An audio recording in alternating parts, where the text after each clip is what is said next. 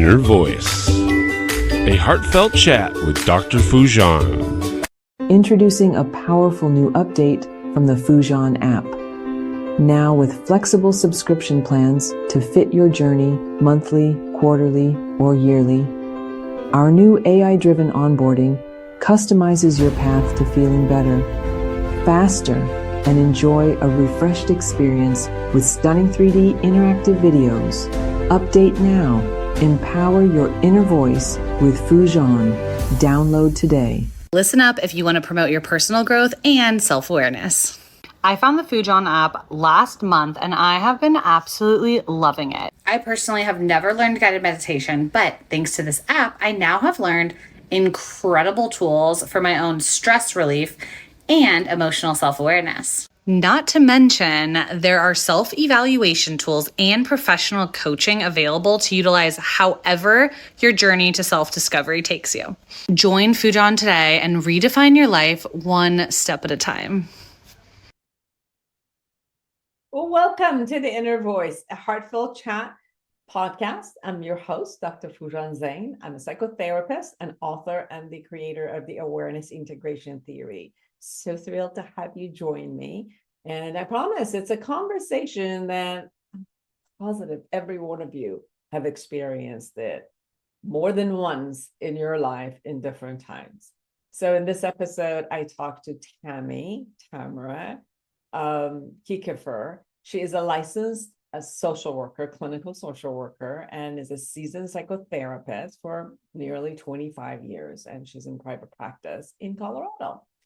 As an author of From Chaos to Calm, a 6-step strategy to breaking through anxiety, and that's actually the book we're going to be talking about. She also has been an author of Preparing for the Jungle, avoiding snakes and pitfalls on the path of healthy love. She empowers high-achieving women to break free from anxiety, trauma, and relationship challenges. So Tami's approach blends practical strategies with deep self-awareness and helping clients build confidence and resilience. She also shared that she is a yoga teacher, so she brings a lot of mind and body techniques, very practical techniques in how to bring and blend your, calming down your body and bringing, your thought process and your rational mind into a lever that you could definitely get back your control, especially when it comes to anxiety. You could catch her at healthyhealing.net, healthyhealing.net. I had a great conversation. Obviously, we're both therapists, so we talked a lot about, how to deal with anxiety.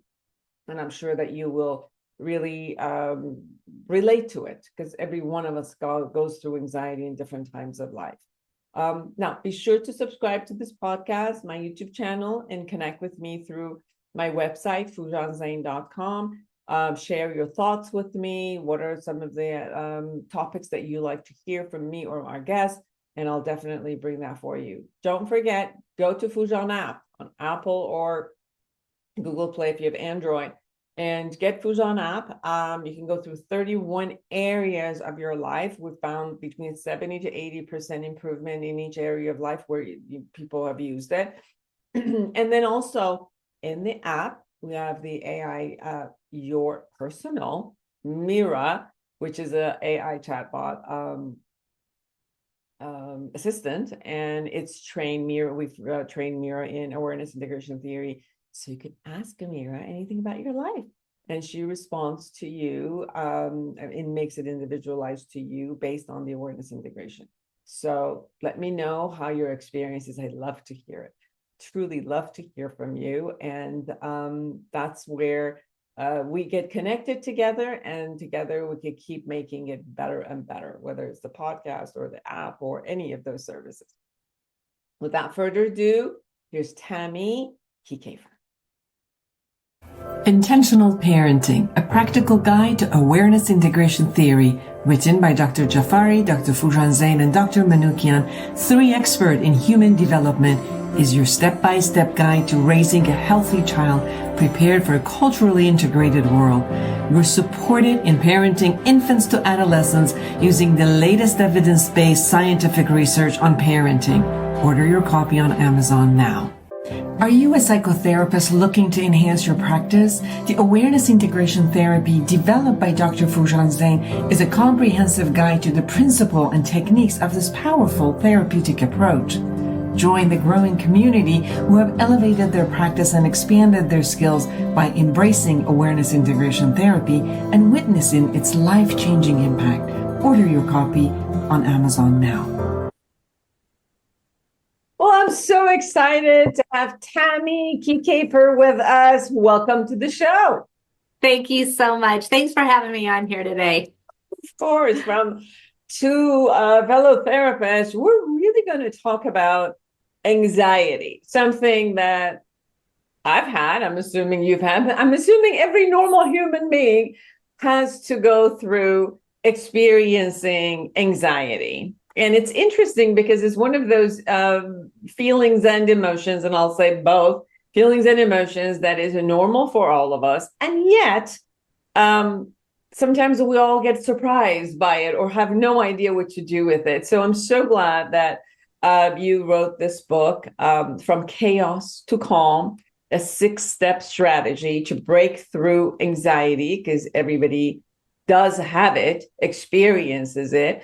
But to also share about what is like a normal anxiety and what we do, and then what is a little bit more like a neurotic where we get stuck into it, and how it elevates, it causes a lot of other issues and illnesses and diagnoses and all of the other stuff. So I'm so excited to be able to share all of this with you. Great. Yes.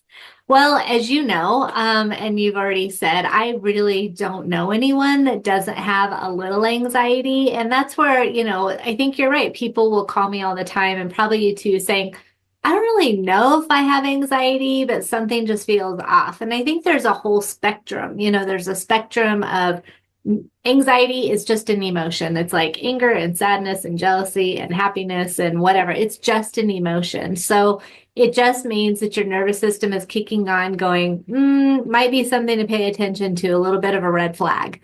And then there's the spectrum all the way to where anxiety sets in and can be habitual and can be debilitating in your life. So I think that I don't know anybody that doesn't fall on that spectrum somewhere along the line. Yes. In your book, you also talk about the roots of anxiety. So partially, as we know from a physiological angle, anxiety is one of those emotions that says, knock, knock, watch out, it's there for our protection. It doesn't feel like it's there for our protection, but it's there for our protection. So can you share a little bit about how you explain where the roots are? Yeah, I think really I try to simplify things for people because life's too complicated anyway. So if I simplify anxiety, it really comes down to not having a sense of control over your environment, which then is the second part, is your cognitive process, where it kicks into what if and worst case scenario, and that can just spiral you down. So I really try to think of really those are the two things that are causing anxiety. And so when you start to experience it, I think the first thing is awareness, like, something is happening inside my body. And I think your body is always talking to you. So when you're hungry, your stomach growls. When you're cold, you get goosebumps. When you're tired, you yawn. Your body is always talking to you.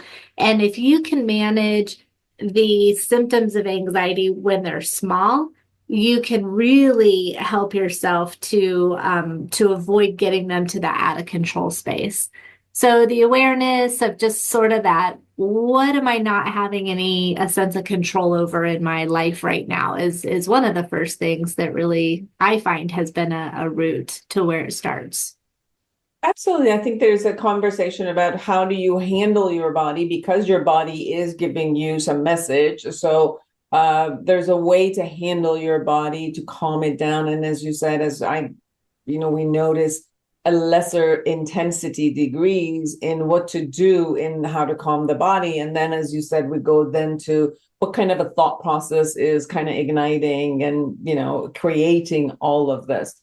So when it comes to calming your body, what are some of the ways that you share in your book in, not only becoming aware of your body, and then what do we do in order to calm it down? Yeah. I'm also a certified yoga instructor, and so I have incorporated a lot of those body-centered yoga, meditation, calming techniques into my practice. And so I think that I also have a little bit of a competitive edge to my personality. So you know what I do is I do a lot of breath work. But even when I'm at the doctor's office and they put that cuff on my arm, I will see how low I can get my numbers by doing my breathing techniques at the doctor's office. And it turns into sort of this challenge that I have for myself. But the thing is that it works. And so there's your proof right there that when you can calm your breath, just focusing on your breath, that will send a message to your nervous system to just start to calm down. And you can even do an experiment if you take your pulse on your wrist or something and you take an inhale, you'll feel your pulse speed up a little bit, but then on your exhale, your pulse slows down. And so that's why when you're trying to breathe to calm yourself down, you want your exhale to be longer and your inhale to be a little bit shorter.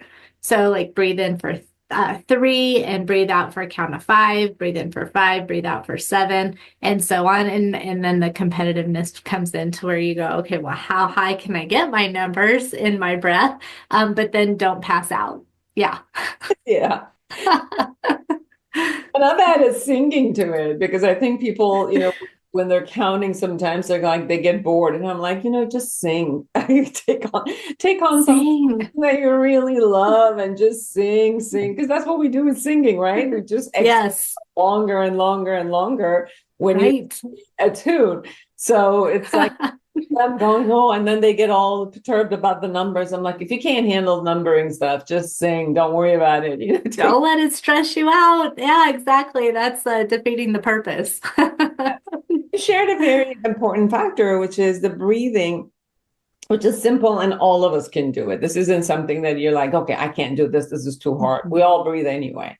So it's the idea of actually awareness coming to and becoming in tune with your body, and then purposely, instead of your body controlling you taking on some control onto the body and kind of allowing it to calm down. And as you said, giving the body the message that I'm not in any danger, that everything is safe and it's okay.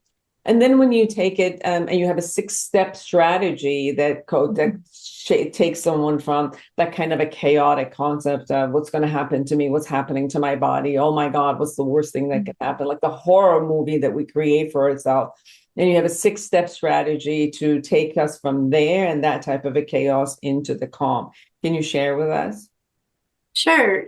So I think, yes, and in your body, I don't know what the percentage is. Maybe you do. It's something like 80 something percent of people who end up in the ER because they think they're having a heart attack is actually just a panic attack. So don't quote me on the number, but it's high because those symptoms that your body gives, it does feel like you're gonna die. Have you had a panic attack before?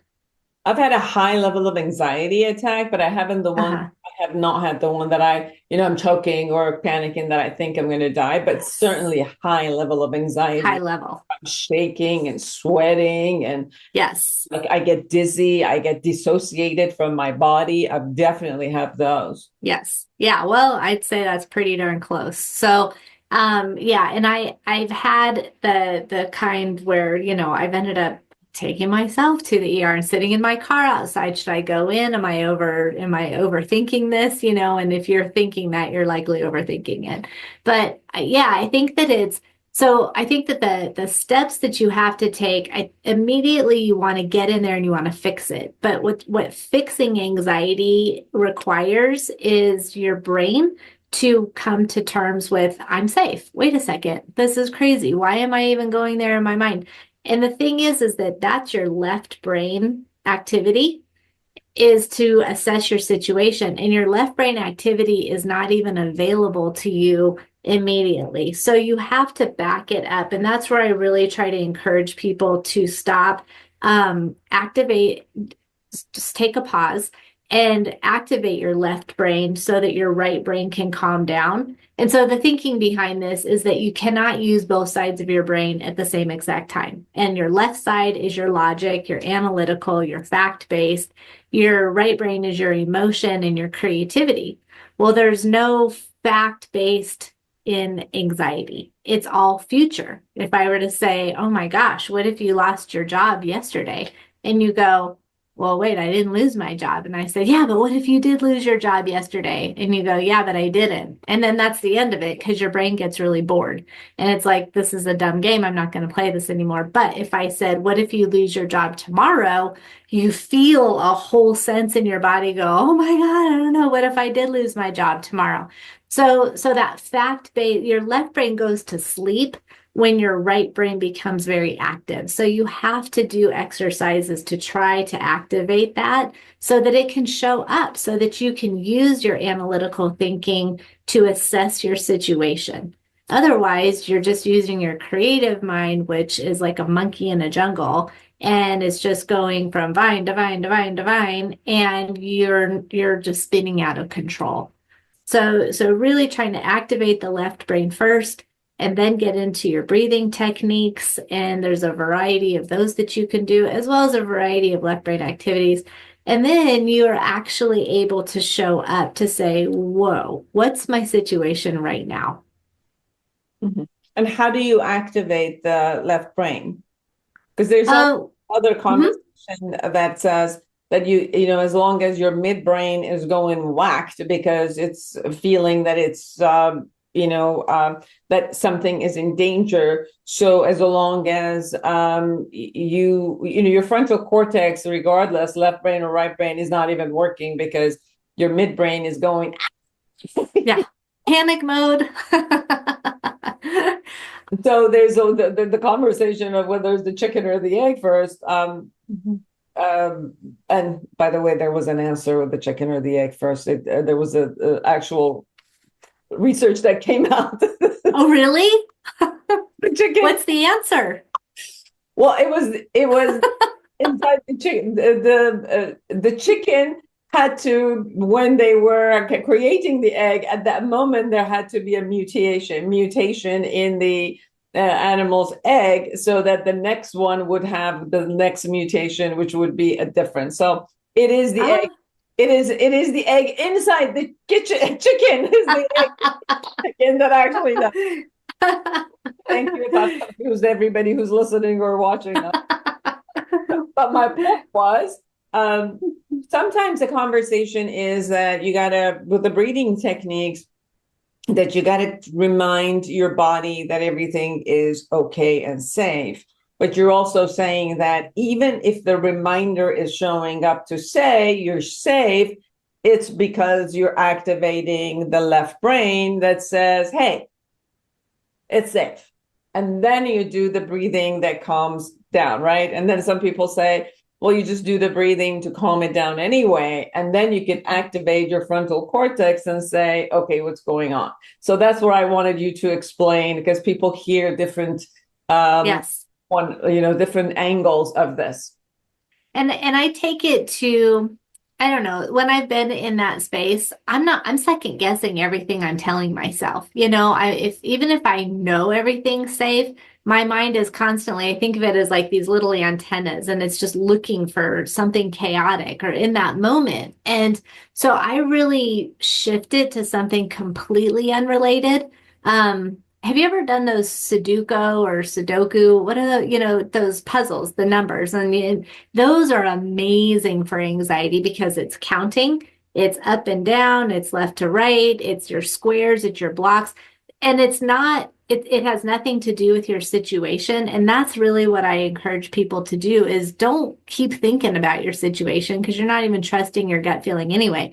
But when you do a puzzle like that, all of a sudden your left brain is very, very active. So you can even think of times when you're doing your taxes, when you're filling out a form that's your name and your birthday and your address. And when I have a client who comes in, they have to fill out all the paperwork. So you want to go over all the paperwork, and they're very like with it and together. And here's my name, and here's what, my insurance, my card.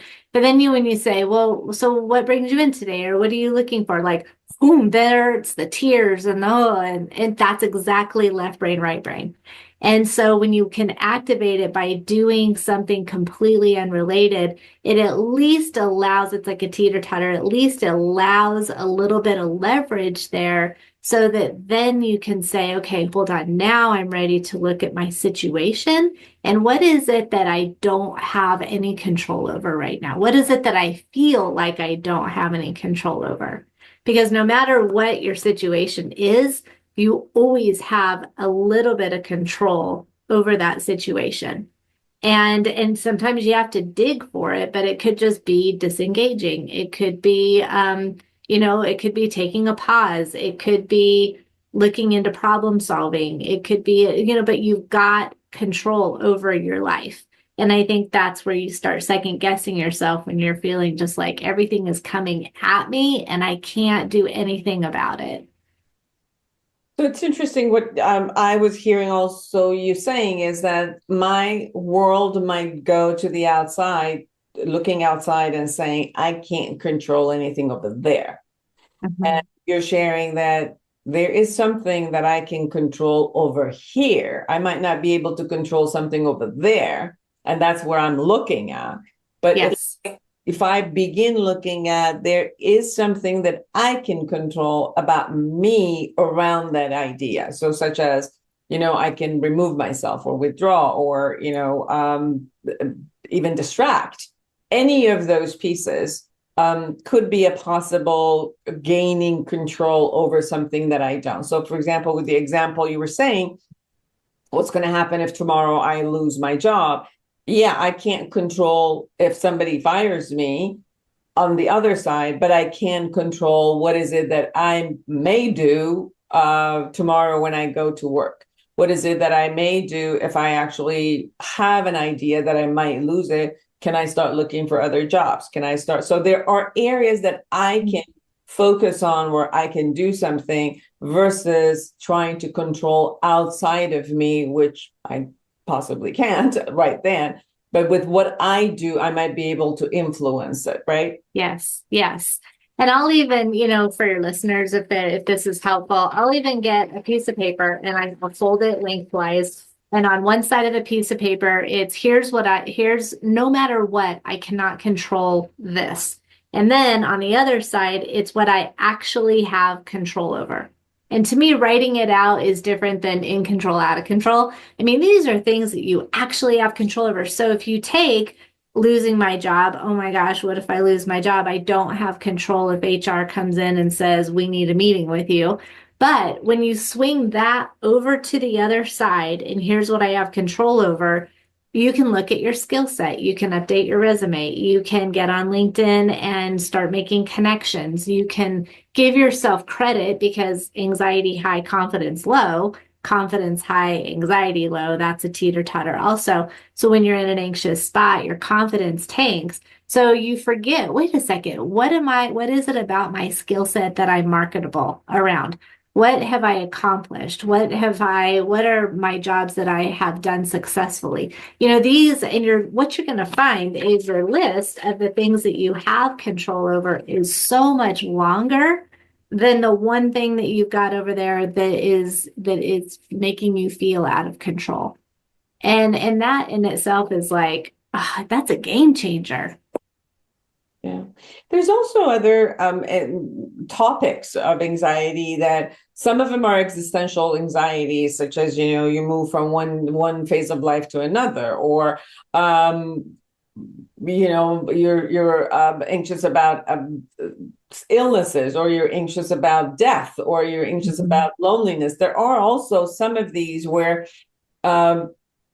there could possibly be a completion of the past and redefining who you are within that phase of life, which is a little bit of a different process than some tangible item that is in front of us and we can move around with it, right? Like people who have anxiety about illnesses and death, or they do have an illness, so then therefore they have a anxiety about becoming completely dependent on someone, which some of these anxieties is almost like, it's not that I'm out of control with it, it's just that I'm anticipating it happening, and I'm anticipating being uncomfortable, and I'm resisting it, and therefore the anxiety shows up, right? So, for example, if I'm going from high school to college, I'm finishing my universities and got my degrees, and I got to go to the workforce. So it's almost like it's not that it's not going to happen, it's actually going to happen. But my anxiety around something new and novice, which again, it feels like I'm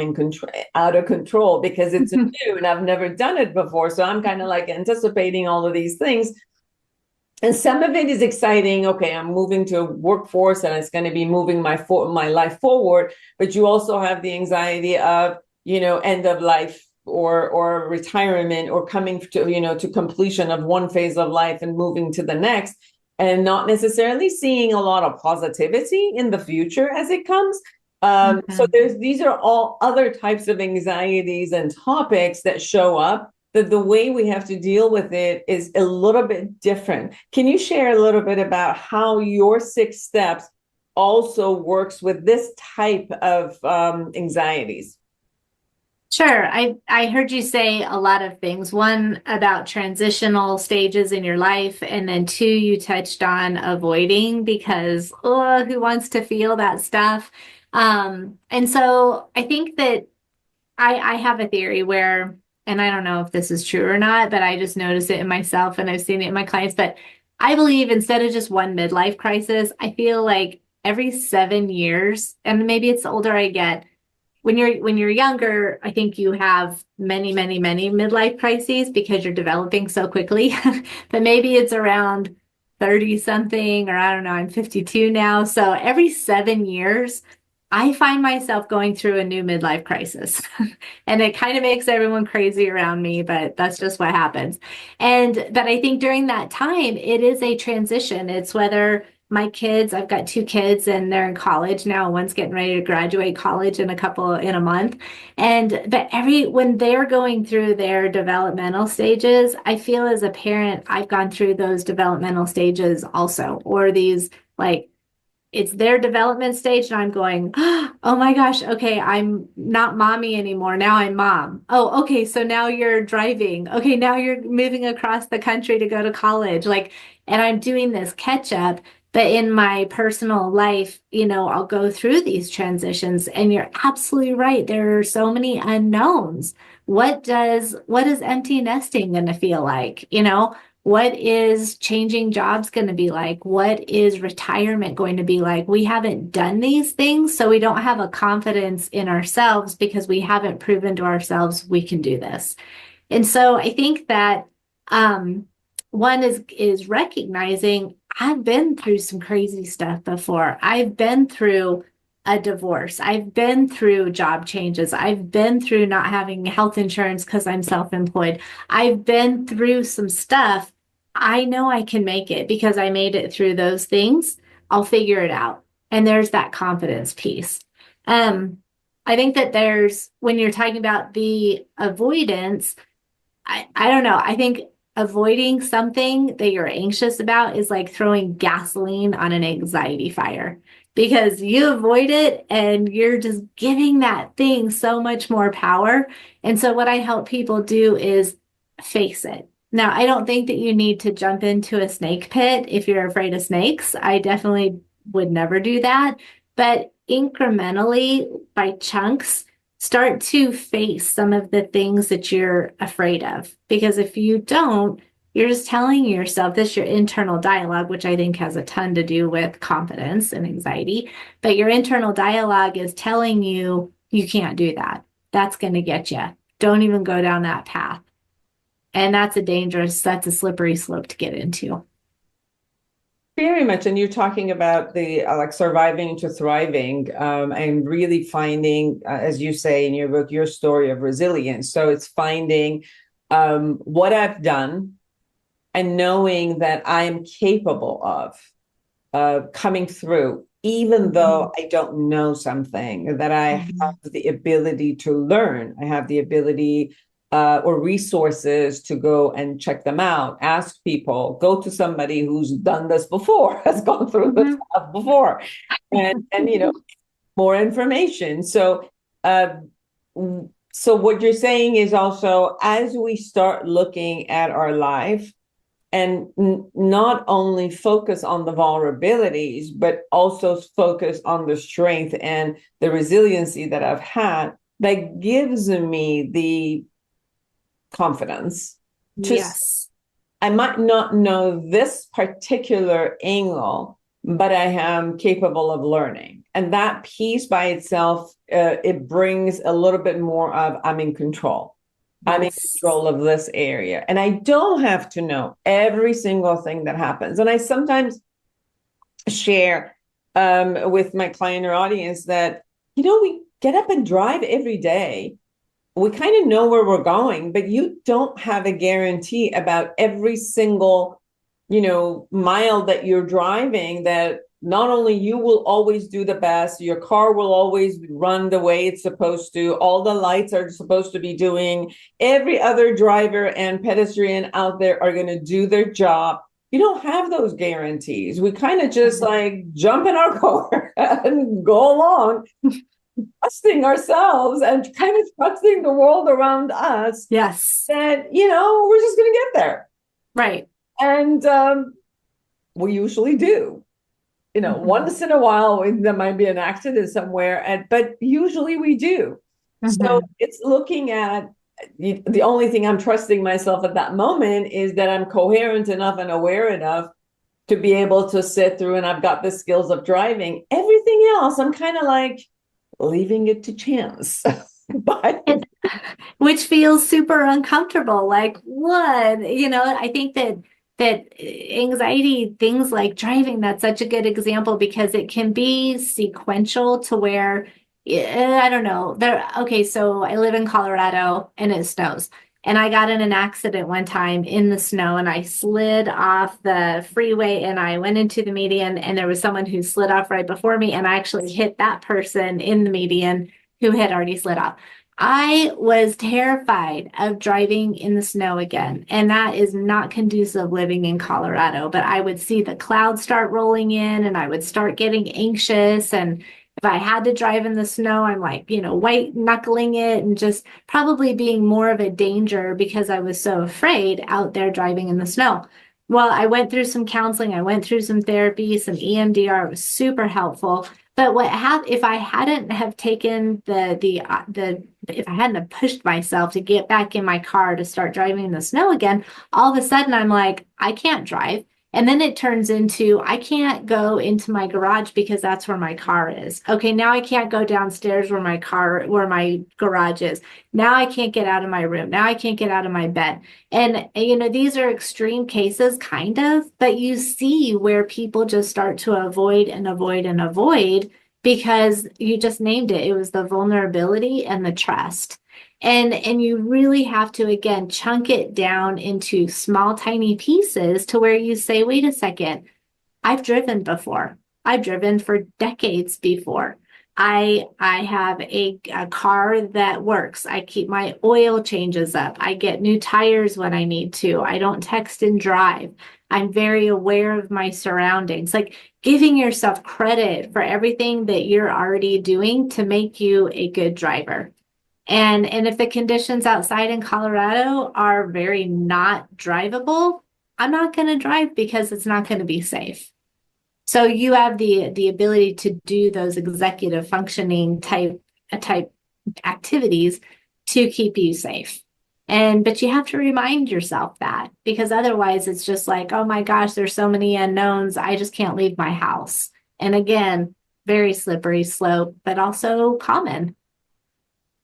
Especially with the pandemic, I think. Yeah, sorry. That that was definitely anxiety producing for a lot of people. And, we all came through, most of us came through, but Uh-huh. it did create a lot of anxiety and panic, not just because of the pandemic itself, but how the pandemic created so many different angles, such as working from home. And we had everything became new. The whole world became new, and how we had to actually face it. And yes, some people panicked, and some people handled it, and some people handled it after they panicked. So yes, there are times that there's a collective anxiety that we feed each other and move forward. Yes. There's a collective concept that happens.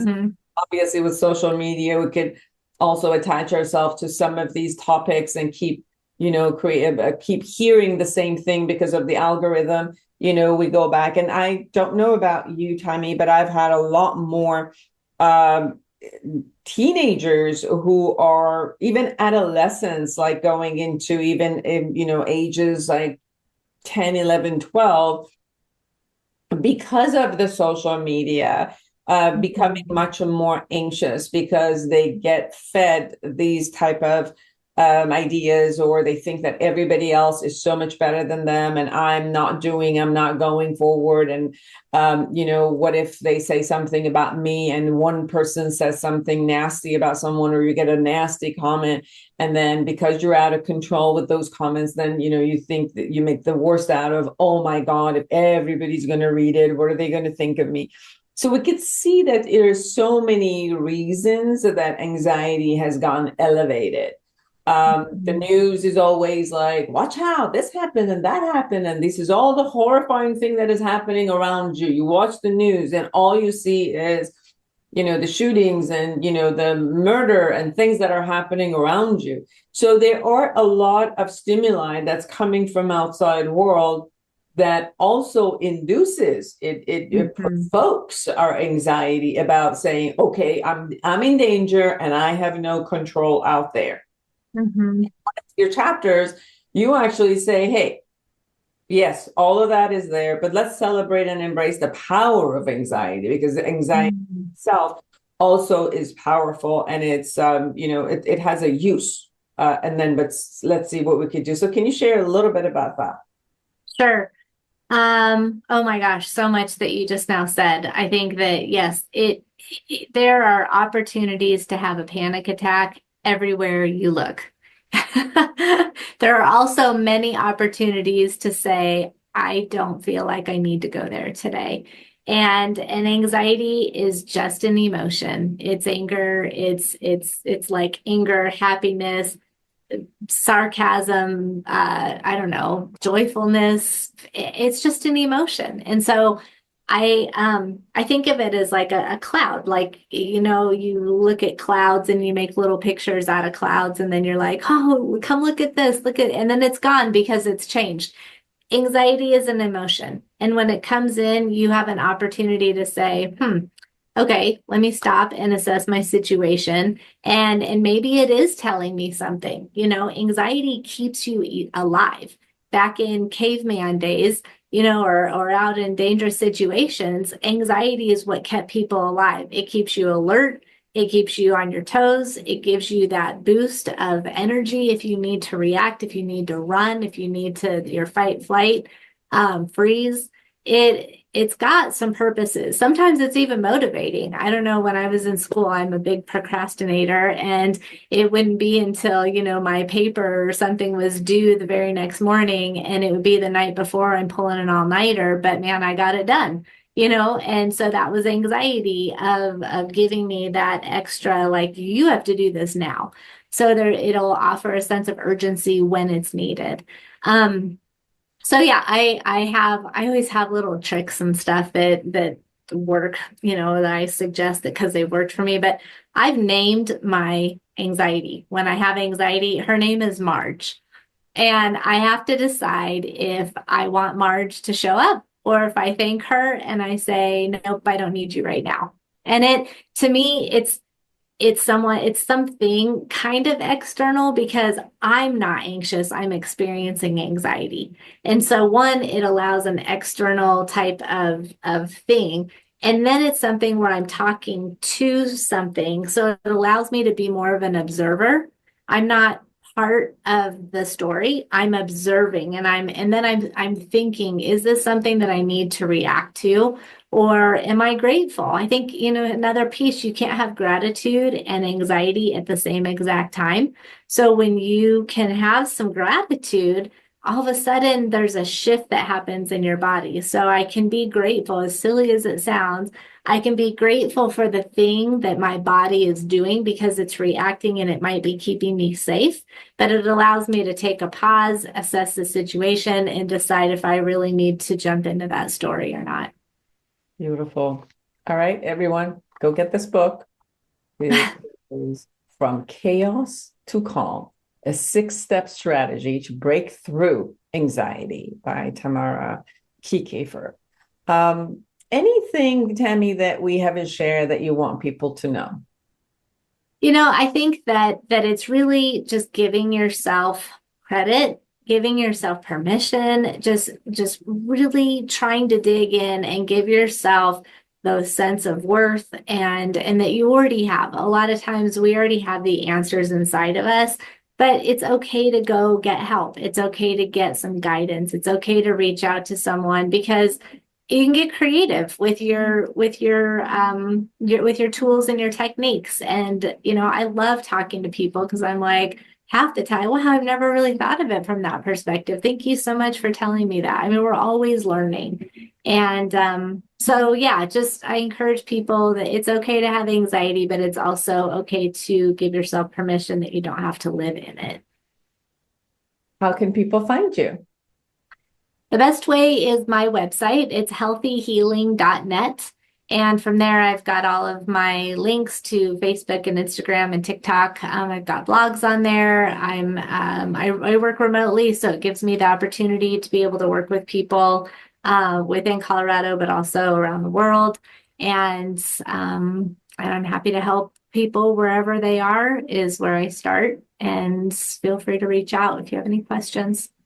It was beautiful to have you. Thank you so much for writing the book and sharing with us one of the most common concepts that we all kind of face throughout our life. Thank you so much for having me on here. It's been a pleasure. Same here. For all of you who are out there, create an amazing life for yourself and everyone around you. And until next week, bye-bye. Break free from the forces holding you back. Get the life you deserve. Eliminate stress, reduce anxiety, decrease depression, and start living your full potential. Thousands have used Dr.Foojan Zeine's awareness integration theory, an evidence-based behavioral health breakthrough with incredible life-changing results. Getting rid of past trauma, having fulfilling relationships, increasing earnings, and living their best life. Now, the Foojan app is available to everyone. The app is Dr. Foojan Zeine's awareness integration theory in the palm of your hand. Download the Foojan app today.